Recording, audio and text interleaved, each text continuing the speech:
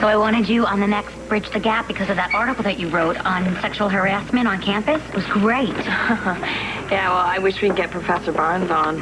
Just try to get him to defend himself. Good luck. I can't even mention his name or he could sue us. Yeah, I couldn't write him better in my article either. Something wrong? I'm sorry, I was just thinking about my Uncle Todd. Yeah, with what his wife's charging him with.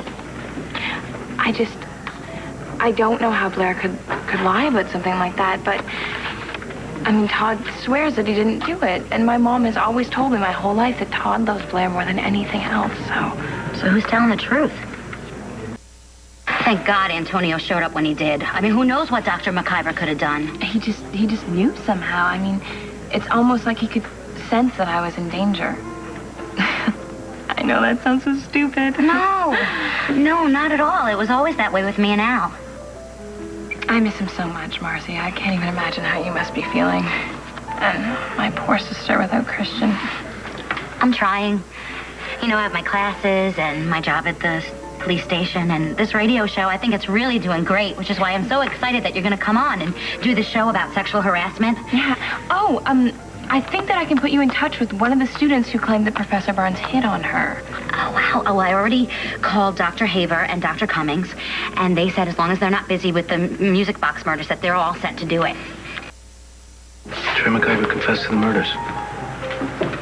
It's over. Really? Well, who told you? John McBain? Your uncle. He called me into the station. He called you into the station to tell you that? And to ask me back onto the force. Really? That's fantastic. Isn't it fantastic? Why? Isn't this what you wanted? Yeah, it is what I wanted. So why aren't we celebrating? Well, honey, for obvious reasons. I mean, I'm going to take a pay cut. I'm putting myself more at risk, and I've got Jamie to think about, and you too. Well, I'm not going to debate about this either way, but you're a really good cop, and you love it. And I was thinking that when Troy McIver was holding Natalie, Lindsay, and me hostage, and you knew exactly what to say. And I do believe that if it had been somebody else there, somebody could have got hurt or killed or, I don't know. I just wish I could have done something to stop it from even happening. Well, maybe you could have if you were on the force. Maybe. Or maybe I would have just blown it again and lost my temper. Antonio, if you were going to lose it, don't you think you would have lost it when you and John came racing into the gallery? That's what your uncle said. Well, then listen to him. And listen to yourself. You know, do what you want to do. Do what you think is right. Welcome back, Detective. I'll try to be a better cop this time, Commissioner. In part because of this young lady. Well, he's back where he belongs, right, Uncle Bo? You're right, Jess, and I'm counting on him. Now more than ever. And I've got something for you.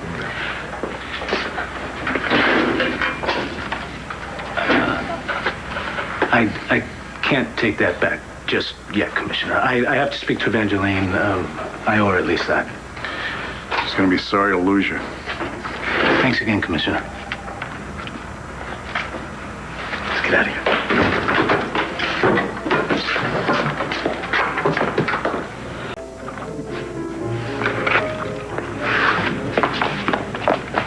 What are you doing? Oh, still, Johnny McBain saved you from the hostage thing, so you're going to be famous. Roxanne, if you mention that man's name one more time, I am not only going to cancel this dinner, but the next time you will speak to me will be out of an old age home. Good. Just get me a room with a few.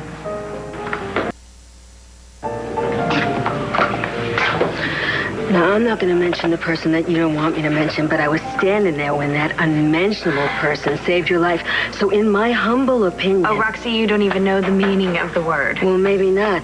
I just know that you were not grateful enough. Sorry, hon. You are really making me crazy, you know that? Hey, baby, that's my job. Yeah, and saving lives is John's job. Solving crimes, chasing after the bad guys, that's what he does. Thought you weren't going to mention his name. I'm not interested in John McBain. And why not? Now you're really starting to bug me. Hey, I told you. That's my job. You see, if it was just left to you, you'd be at school and then you'd be at work, and that's about 18 hours worth of... So that leaves you about, what, about 8 hours for you to feel sorry for yourself. I am not feeling sorry for myself, Roxanne. I am grieving.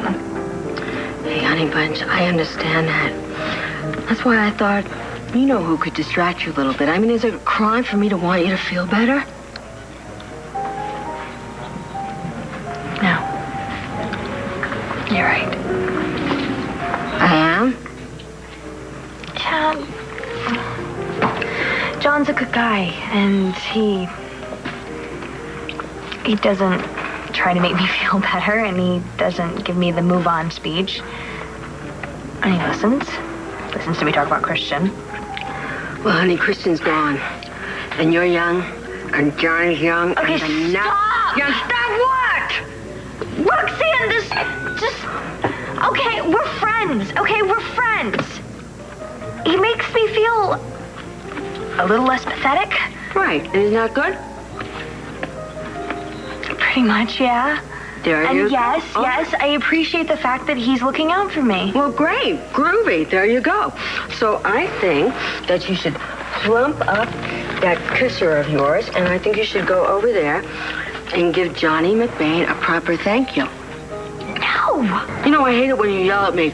You know, I get so hungry, I feel like I could eat a whole cow. I'm going to turn into Mount Rush Limbaugh or worse. I didn't yell at you. I should have yelled at you. Oh, no, you yelled at me. Roxanne, I said no. All right, why can't you hear me? Why is it that you never listen? Hey, honey, I heard you just fine. You just live in your little wacko world where love conquers all, a kiss makes it better, and you win the lottery and you're a billionaire. Yeah, well, sometimes it goes down like that. No. No. Not in the real world. Okay? In my real world, my husband risked his life for me to save my life. Okay, and for all that goodness, he was murdered. We were married for like, what, a day? And I have to live with that every single day and dream about that every single night. So I'm not gonna just forget it and move on, all right? Okay, honey, I just said maybe you should give Johnny a proper thank you, that's all. Right, and doll myself up so he might ask me out on a Wait a date. second. No, I didn't say that. I just said, you know, maybe you're looking a little pale and, you know, washed out. That's my call. You know, because, honey, you're gorgeous. And so am I. And I like lipstick, and so should you.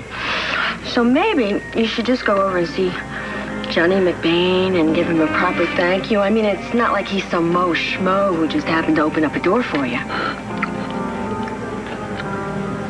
Okay. There you go. Go to the police station. The night is young. No time like the present. Bye. See you later.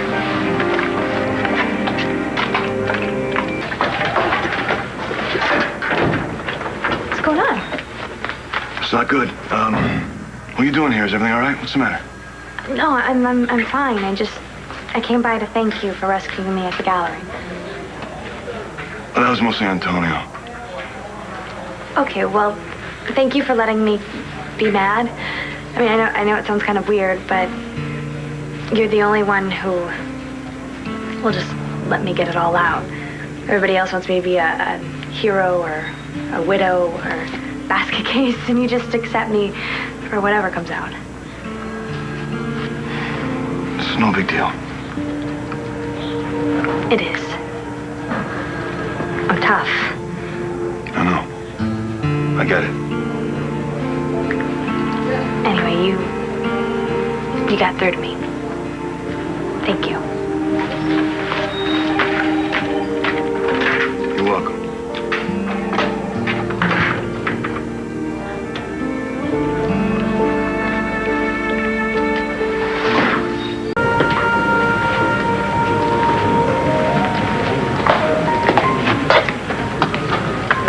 Hi, Grandpa. I'll see you at the courthouse, Asa. Right. Sit down. What's going on? Some SOB is suing Buchanan Enterprises. We will bury him along with his whole damn company. Is there any word on Matthew yet? No. I love that little guy. I swear if anything happens to him. Well, they say that he's going to be okay. What's with Vega? What are you, his nursemaid? Grandpa, Antonio and I are partners. I tell you what, you look like a free nanny. It's not like that. This baby has had a hard life since the beginning. She lost her mother, she lost her grandmother. She's been bouncing around from place to place, and, you know, she could use a family. Where the hell are they? They're right here. Grandpa, Antonio and I are going to be together for a long time, maybe forever. Did he ask you to marry him? Gramps, that's between Antonio and me. And if you can't deal with this, I don't know if I can deal with you. That's how important this is to me.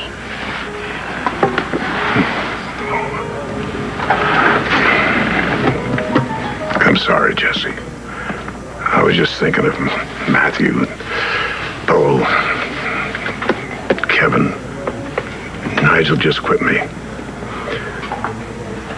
Remember the time I bought you a prom dress? Yeah, I'll never forget it. Oh, Jesse. I just don't want you saddled with somebody else's baby. Gramps, it's not like that. She's wonderful. She's brave, she's strong, and it's kind of like a Buchanan. Let me try something. Old babies love pretty things. She's... Turn a little bit here. See? Hey. Pretty.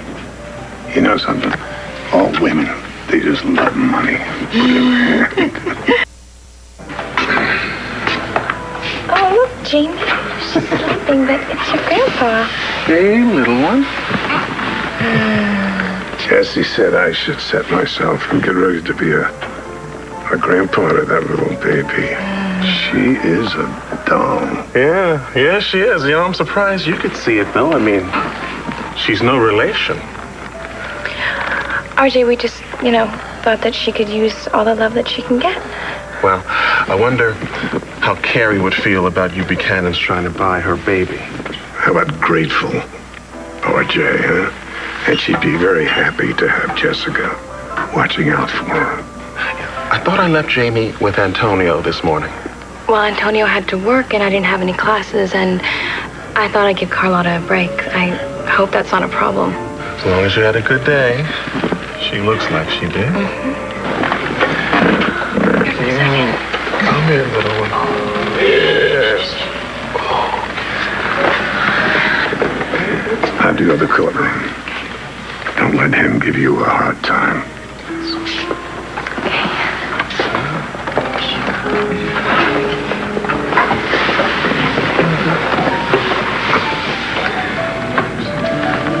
I know you miss Carrie.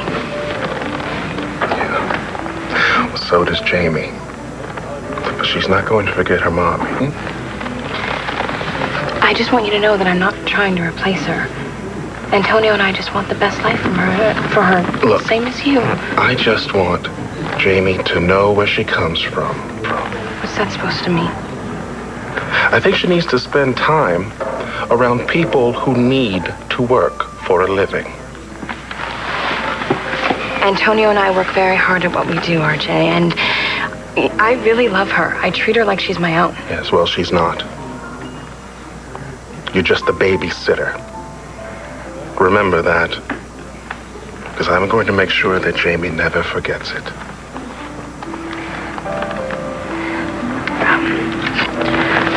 I should go. She obviously needs to be put down for a nap.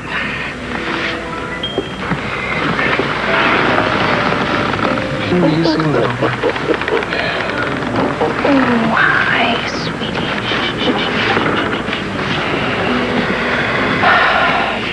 Goodbye, RJ. Yeah. You take care.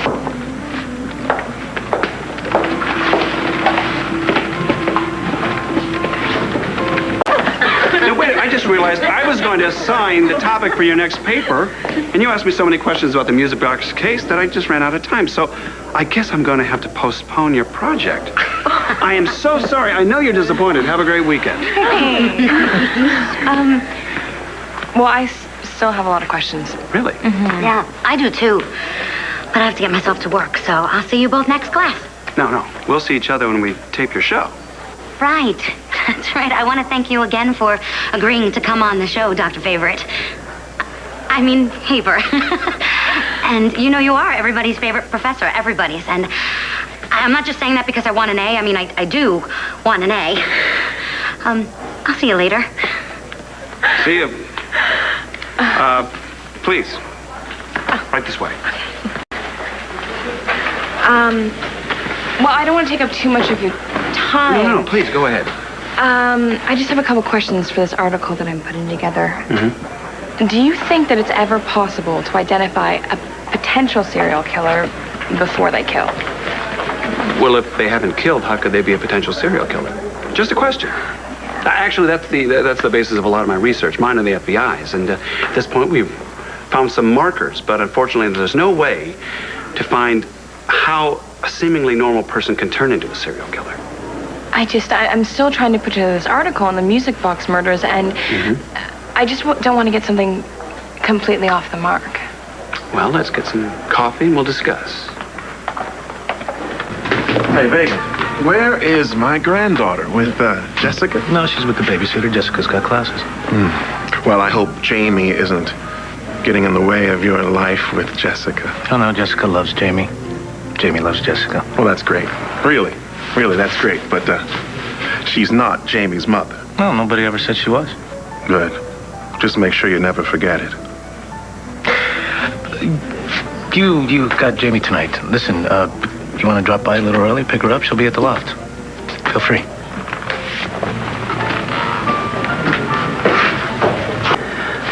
I have to tell you, I've read your articles in the Banner, and I think you do excellent work. It runs in the family, I guess. So tell me, what could I do to steal you away from journalism and turn you into a psych major? Well, you're a little late. I'm just about to graduate. Well, that's what grad school's for.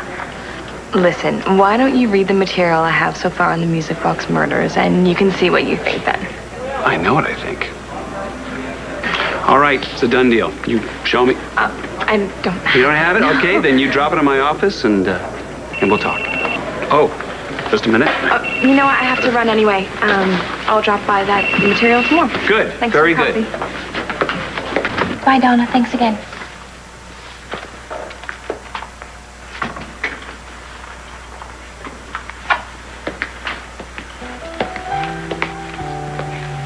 Hello, Angel. Did you have a good day today?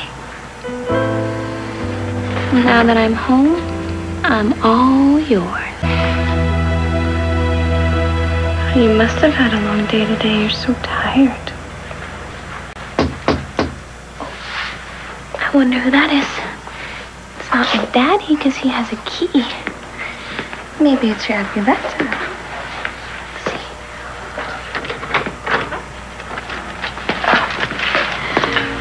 RJ.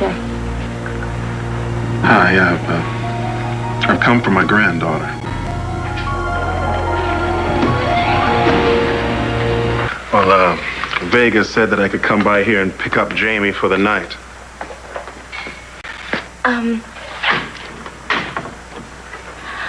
He didn't mention it. Well, I am her grandfather. Well, I just didn't know. I'm sure. Nevertheless, I'd like my granddaughter now. Okay. Let me get her this way. Come on, honey. Hey there, little one. Ooh, yeah. You miss your grandpa? Okay, I'll just get her bunny for you. She's, it's her favorite toy, and she's teething right now, and she might want to sleep. Hey. You are not her mother. I know. Make sure you don't forget it. Because I'm going to see to it that Jamie never does. Ever. Excuse me.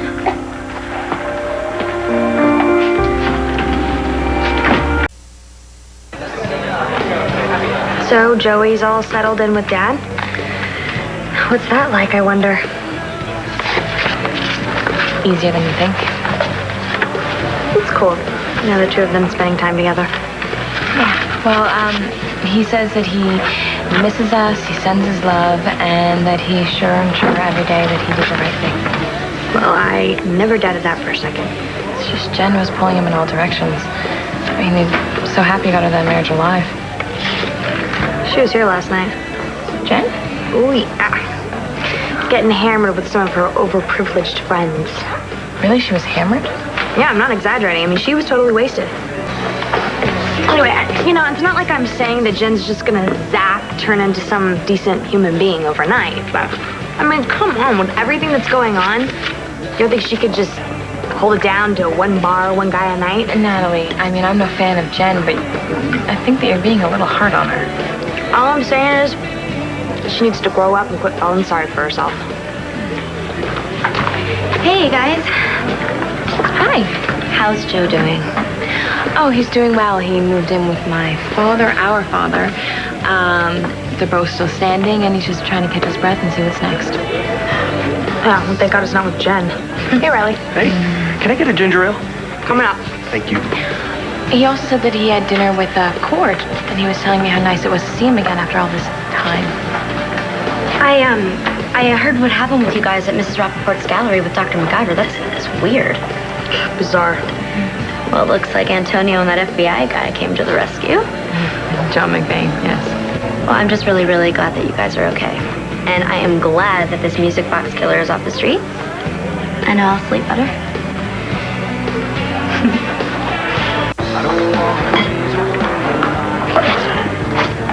Hey, on your off shift or in between shifts? In between, so feed me fast before I fall asleep. No problem. Have a seat at the bar. I'll be right there.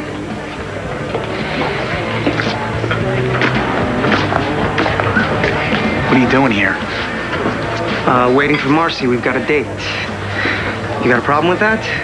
You gonna give me another rant like last time? I cut you some slack, man. Hey, baby. Hi. Natalie, 2 drafts. We're gonna give Agent McBain here the proper land use send-off. Send off to where? Going back home. Back in New Jersey. So, here's to a job well done. Okay. Cranberry juice? Oh, it's not for me. This is all for Greg.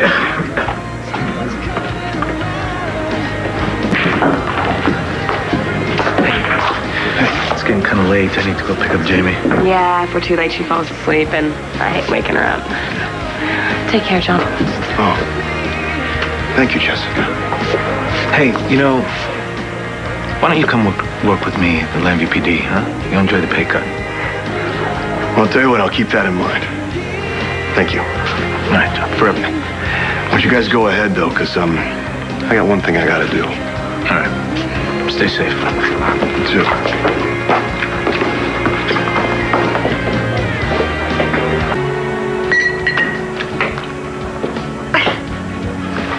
I'm asking for a favor. A favor, huh? A favor, what do you say? One game of 8 ball, all right? It's kind of a gesture of... Goodbye? No, what are you doing? You ducking the question? No. Well, then, what do you say?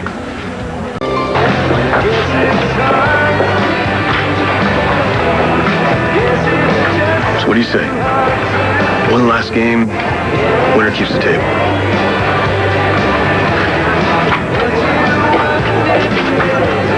That's more like it.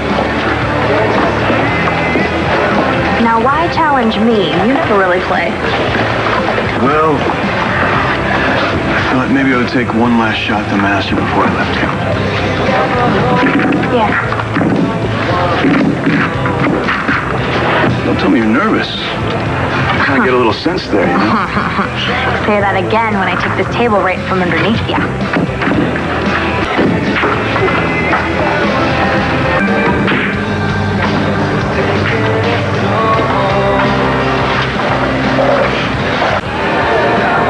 What do you say? say, last game, winner takes all.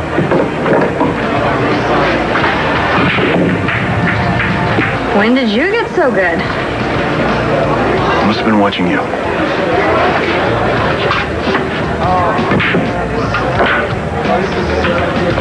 Are you setting me up, McBain? Hustling me? It's a good table. You didn't think I was going to give up that easy, did you?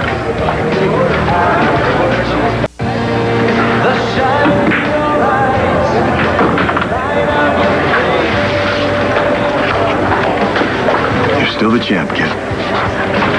Yeah. Well, I didn't know you could play so well. There's probably a lot you don't know about me. But it's right. This table's staying with you. You know, you practiced on it, and there's still a lot of luck in it. Right.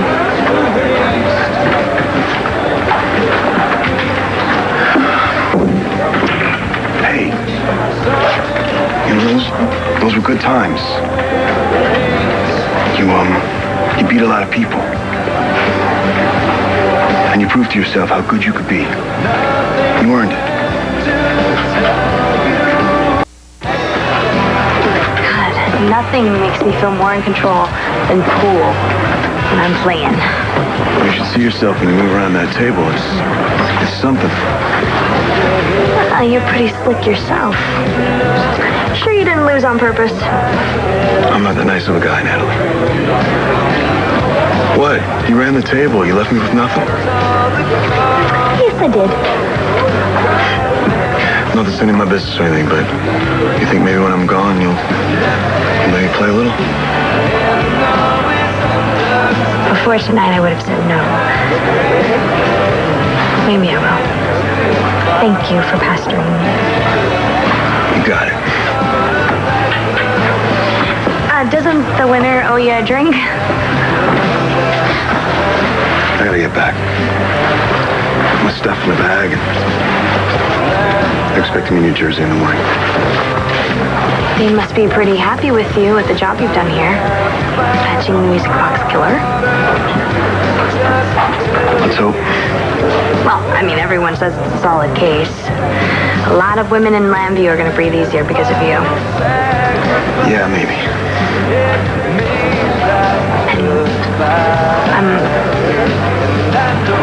I'll miss you.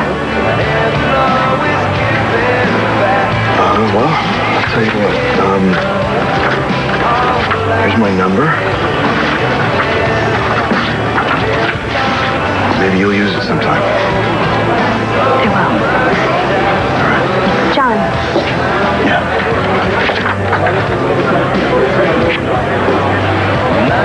Take care of yourself. You too. That's my advice to us. What are you doing here with Jen's mom? We're just talking. I gotta go home. I'll take you.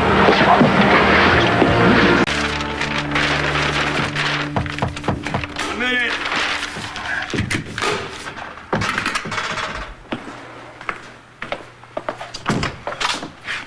Hey, good. I'm glad I caught you. I'm finishing up my article for the Banner on Troy MacGyver and the Music Box Murder, so I was hoping I'd get some quotes from you.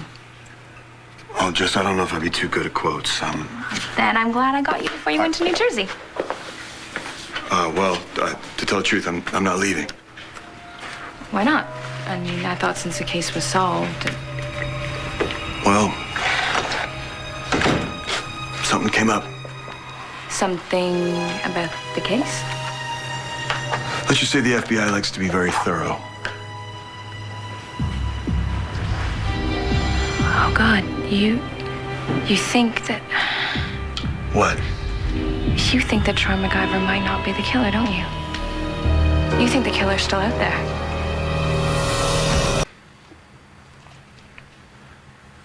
Antonio's not giving you a hard time, is he? No, not at all. What? What is it? Well, it's just every time I go to drop off or pick up Jamie, Vega has Jessica Buchanan there. She's babysitting, holding Jamie, tickling her. Is that a bad thing? Look, Jamie needs stability, not Vega's girlfriend of the moment. I don't want her to grow up thinking that Jessica Buchanan is her mother. RJ. Look, Jessica Buchanan is a trust fund kid. She doesn't know anything about life or holding a job. Hell, they run off to London at the drop of a hat. Buchanan's run the town so she can waltz into any position she wants, positions that other people would die for. So no, she's not going to be this. She's not going to be Jamie's mother. She never will be. Your files are all out. You're unpacked. You wouldn't have gotten settled back in unless you thought that you hadn't found your killer. No, like I said, the FBI Likes to be thorough. Right. Either that or you're still tying up some loose ends or, you know, you're really in love with this room. Okay. I can't lie to you. I really love the room. Well, so, since the case isn't officially closed on Troy, I guess I can't get any quotes from you. All I can tell you is the official FBI position that MacGyver confessed to being the music box killer. But he also denied it. So, I'll let you get to it then. Okay.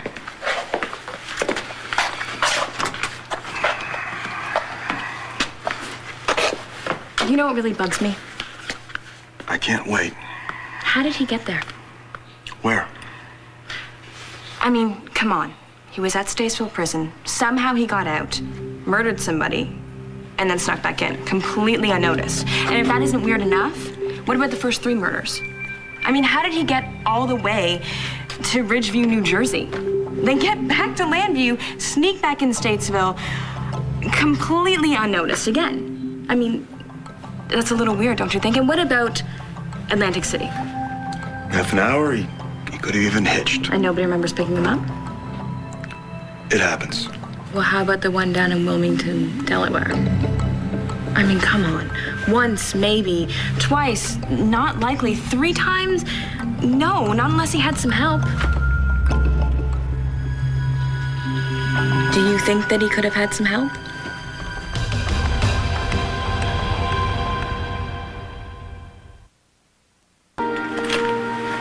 Well, don't get too sold on the idea that MacGyver couldn't have gotten to Delaware or New Jersey to commit those first murders. Even the bus schedule says he could have. Well, I thought you couldn't talk to me about the case. I'm talking about bus schedules. Last time I checked, they're public information. Well, why do you think that Troy would have started his concentration here in Landview? Do you think it's because of the strong connection with Nora Buchanan's here? It's possible. You never answered my question before about Troy having some help. Do you think that somebody could have helped him? It happens.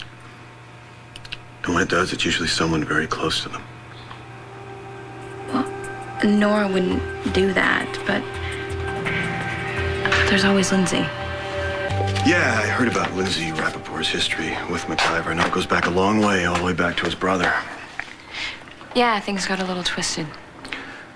Bo had said something about she shot her husband while trying to kill MacGyver or something. Yeah, she was declared insane. You think she was? Yeah, definitely. I think that she was. It just, I don't know, it just seemed that some of their old connections were still there. I don't understand. Well, when Troy was holding us at the gallery, Lindsay just seemed overly sympathetic towards him. I mean, he was declaring over and over and over again that he was innocent, and she really seemed honestly to believe him. You know, actually, I forgot. I actually have somewhere I need to be. Jessica, do you mind if we, pick this up later or something? Well, yeah, just, can I interview you some other time? Yeah. Yeah, sure. You can count on it. Hi, baby girl. Sorry, Jessica. We are in a bit of a hurry. See you next time. Come on. Hi. I hope you haven't been waiting. No. I just got here. Good. So, who was the man with the baby? That was, RJ. He's, the grandfather of Antonio's little girl. Isn't she beautiful? Yes. And, what's the problem? The problem? Between the two of you. You can tell? Well, I do this for a living, remember? Yeah, right. Well, it's a long story, believe me. So I can't promise you that RJ will ever accept you. Because he blames me for everything that went wrong. Essentially, yes. He may know what he's doing. He may even know what he's doing is wrong, but sometimes people just can't help themselves. Well, I can't stop loving Jamie. Good. You do that. That's what you have to do. Now, what was this you said earlier about Agent McBain not leaving town? Well, it's just, when I was speaking with him, I got the feeling that he thinks that Troy McIver really isn't the music box murderer. Really? Wow. Or that he had some help. An accomplice. Excellent. That's very good. You know, there are plenty of cases with an accomplice. But I thought that all the evidence suggested that McIver worked alone. I know, but when I got the feeling that John thinks that... No, does John or you? Well, from the questions that I was asking him, I got the feeling that John thinks that either Troy had help within Statesville prison or that there was somebody on the outside. Stop. Oh, no, please. I insist. Please. Thank you. I get next time, I promise. So, tell me, you think that Lindsay Rappaport actually helped Dr. McIver or didn't help Dr. McIver? Which... I don't know. I don't know. Okay, well, the idea that he had an accomplice is very plausible. Well, it could be that, Or it could be what? Dr. Haver, I don't know. I have a feeling that John McBain has completely changed his mind about this case. That either he thinks that Troy McIver got some help or that he's really not the music box killer at all. Hello. Hi, Dr. Haver, thanks for meeting me. My pleasure. Saw you on Channel 6. Oh. The interview was great. Thank you. No autographs, please. So, I finished my first draft for my second article on the music box murders, and it was tough, really, because John and the police aren't really saying much. And I get the feeling that they aren't so sure that Troy's the killer anymore. Well, you know, they are the police, the authorities, and they just have to make sure of everything. That's what they do. But it's good. It's very important. Oh, what do you think? I mean, you've interviewed Troy. You know his mental state better, or as good as anybody else. Well, the police do have a lot of evidence on Troy, so... But there was also another threat written on John McBain's wall while Troy was in jail. Yes, there was. And Troy's also saying that somebody's setting him up. Do you think that's a possibility? Anything's possible. Dr. Haver, what do you think? I think, well, considering the fact that there's evidence now on John McBain's wall, a threat, plus the possibility that the police have the wrong man,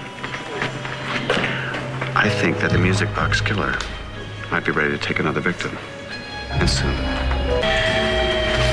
If Troy McIver isn't the killer, that means that somebody else is. That means that another person's gonna die.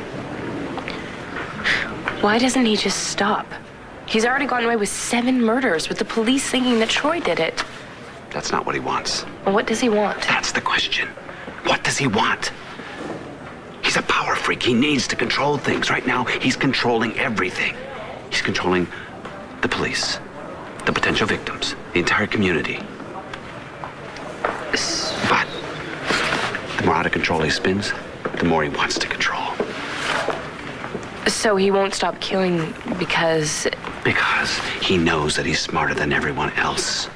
He's dropping clues right and left, up and down, about who the next victim's going to be. And yet, they still can't do a damn thing to stop him. So it's a game. It's a game that he knows he can win. Think about it this way. If Troy McIver is behind bars and another person is killed, that means that the police are wrong. It means he's outsmarted them all.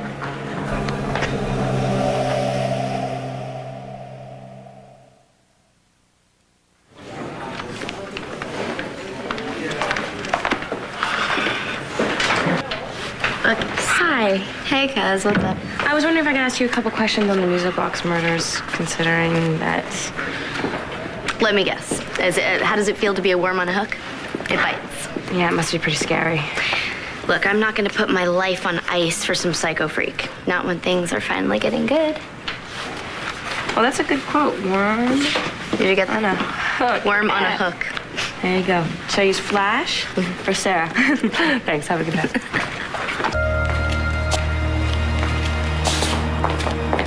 Hey, Don. Hey. I was wondering if I could ask you a couple questions for my article on the music box. It's over, Jessica. The girls ordered me back to New Jersey.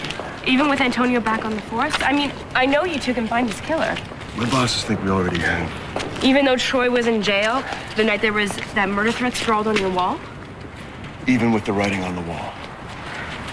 Well, maybe Troy wasn't the killer, but I don't understand. Yesterday was supposed to be the next day somebody was supposed to get killed, and it's coming on. Doesn't mean no one got killed.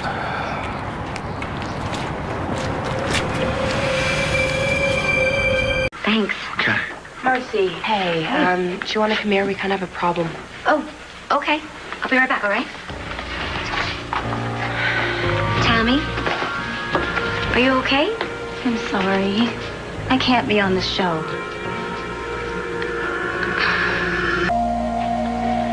You know what? I think you should do the show with or without Tammy. Yeah, if somebody doesn't stand up to Professor Barnes, he's just going to do it over and over and over again. I know, but I can't really make a big case out of this sexual harassment if we only have one person who's actually willing to stand up and speak out about it. Maybe we can. We can use that to our benefit. We can discuss how hard it is for students to come forward against the professors, how it's scary. Yeah, I can vouch for that. Well, you're going to be great. I'll see you after the show. Thanks. Thanks.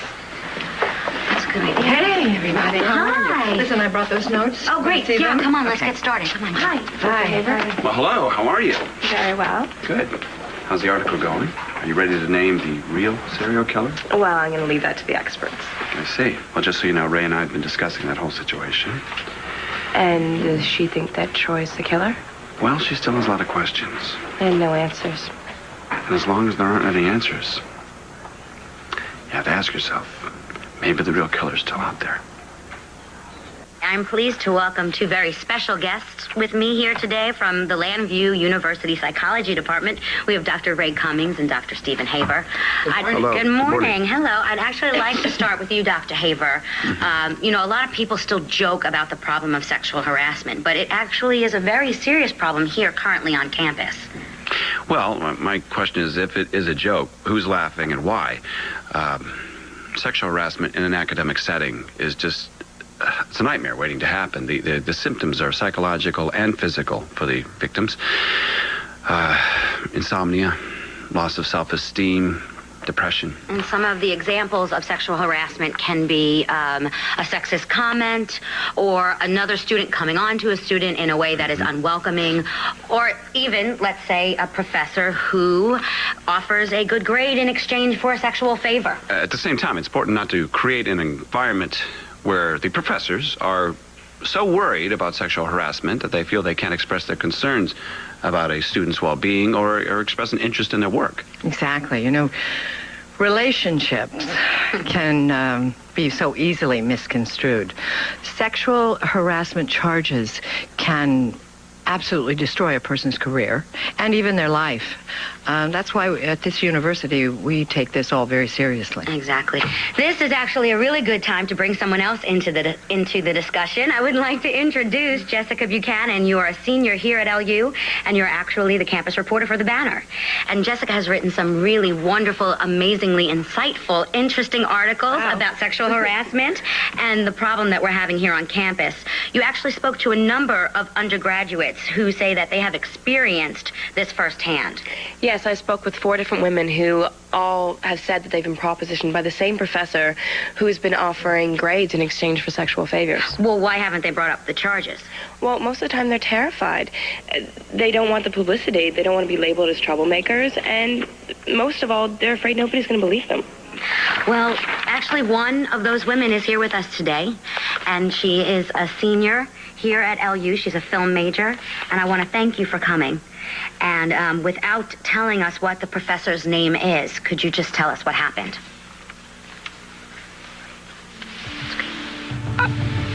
I can't. I'm sorry. I just can't do this.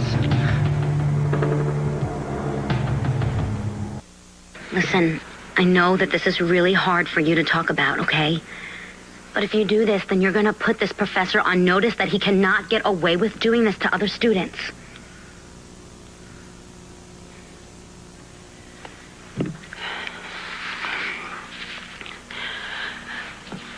I was having huge personal problems, and I couldn't keep up in my classes. Did you tell anyone about that? I mean, did you go to a professor or to a dean? Well, I wanted to, but I was embarrassed. So when I didn't turn in my paper, this professor asked me to stay after class, and he told me that I would fail his journalism course, and that was my minor. Well, why don't you the public has a right to know. I learned that much in journalism. No, of course. Well, why don't you just tell us anyway, exactly... it's no big secret. Any woman who takes one of Professor Barnes's classes knows that he hits on all of his students. Okay. Is that what happened to you? Yes, I asked him for an extension on my paper, and he told me that I could get an A without even writing the paper. And then he asked me to come over to his house to discuss it. I asked him what he meant, and he sort of winked at me and told me he wasn't too kinky. He told me if I gave him an A-plus performance, then that's the grade that he would give me. Owen, you can come in here. Owen, what are you doing? This is Professor Owen Barnes, and I'll be joining this little panel right now. What? You didn't think that I heard the buzz on campus all morning? If they're going to destroy my reputation and accuse me of a crime, I have a right to defend myself. I am a full professor with an unblemished record at this institution. Miss Buchanan's claim is completely unfounded. You know what, Owen? This is really out of place here. Can't we take this outside and talk about it? Are you actually saying that you have never, ever offered a student a good grade for a sexual favor in return? I remember my conversation with Miss Buchanan most vividly. I did ask her why she didn't turn in her paper, as I would any student. I was concerned. She said that we could make special arrangements so that she could fulfill the course requirements. What? That is not true. She said she would do anything for an A, and then she got more No! And quite graphic. You are lying! Am I? Perhaps Dr. Haver here could explain that your complaint should go to the Harassment Grievance Board, if you think your character can withstand the scrutiny. Now, you know my side of the story. I assure you, I will be vindicated. Marcie. Listen, I'm sorry about that. I think it's time for a break because I know I need one. So we'll be back after these community announcements. And we're out. Jen, I am so sorry about that. No, he's not going to get away with this. I'm sorry. It's just ridiculous. In fact, Dr. Haver is not only on the board, the grievance board, but he chairs it. Exactly. Maybe now that you've come forward, other young women will come forward too. Yeah, maybe. No, I'm done. I'm done here. No, Jen, listen, There's nothing the show's else I not can over do. yet. No, Jen, come on, wait. No, listen. You know what, Marcie? I'll go after her, all right? Okay, you guys later. Thanks. Thank you. I don't know what else. I don't know what else to do. What now? I'll be blunt. We need to find at least one more woman to testify against Professor Barnes. This is obviously not the place for a hearing on any individual case of sexual harassment. But if you have heard our discussion so far, you realize why it would be really hard for a victim to report it.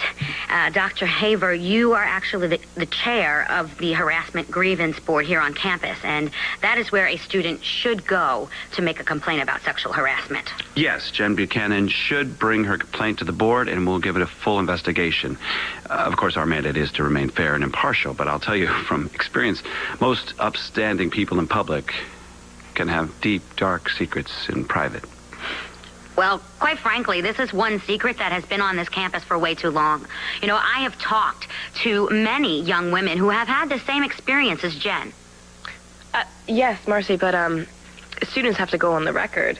I mean, it's a teacher's life and career on the line. The committee can't just rely on gossip alone. Yeah, no, I completely hear that point, and you are right, but I just don't see why this has to go on. You know, if we can find at least one other person who is willing to back up what Jen said, it would make a huge difference. I will. So, do you think that Professor Barnes is going to resign even though he's tenured? Well, I'd say Professor Barnes wants the university to fire him so he can sue the university. Yeah. But it's pretty much a done deal. I say he's on his way out. And, we all have you to thank because it was your article in the Banner that set this whole thing into motion. Congratulations. Well, really, it was Marcie's show that brought the whole thing together. I don't know, I really felt that we did something today. Something really important. You did something. Oh, you did it too. How great was it that you were on Marcie's show? I'm the chair of the HGB. I should be doing that show more often. Now, you tell me. You tell me your next big cause and point me in the right direction and I'll be there with bells on. Well, really, I guess my next big cause is getting rid of this psycho that's terrifying everybody. You know, I asked you before about your article and you didn't tell me how it was going, so tell me now. I'm procrastinating. I'm writing about everything but the murders. Well, murder's a very difficult thing to deal with, whether you're writing about it or anything else. How do you deal with it? I just focus on the psychosis of it. And, I don't really focus on the personal side of it, that's all. It's just I'm trying to be this super investigative reporter, and I can't deal with thinking about those women and their lives being snuffed out. Every time I look at my uncle, I can only think about Gabrielle. His fiancée, yes, it's very sad. The first article that I wrote about this for the Banner, it was more of a recap of the murders, you know, with a couple of things that you told me about what drives serial killers. But I just really wanted the second article to be better, with more insight, you know? Right, so you're saying if it isn't original, you just don't want to go there. That's what you're kind of saying, right? Yeah, I guess. So don't go there. Follow your instincts. Do something original. Write how you feel. You mean fear? Fear, yes. If that's how you feel, then write it. Admit to yourself that this guy scares the hell out of you and start writing. Just see what comes out. Maybe. Yeah. Ray. Ray, hi, did you find Jen? What's the matter? There's been another murder. A student at the university.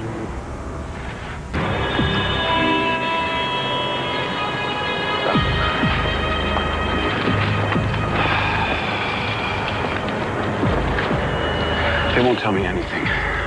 Did you tell them who you were and that you're helping with the Music Box murder investigation? Until they notify the families, they won't tell anybody who the victim is.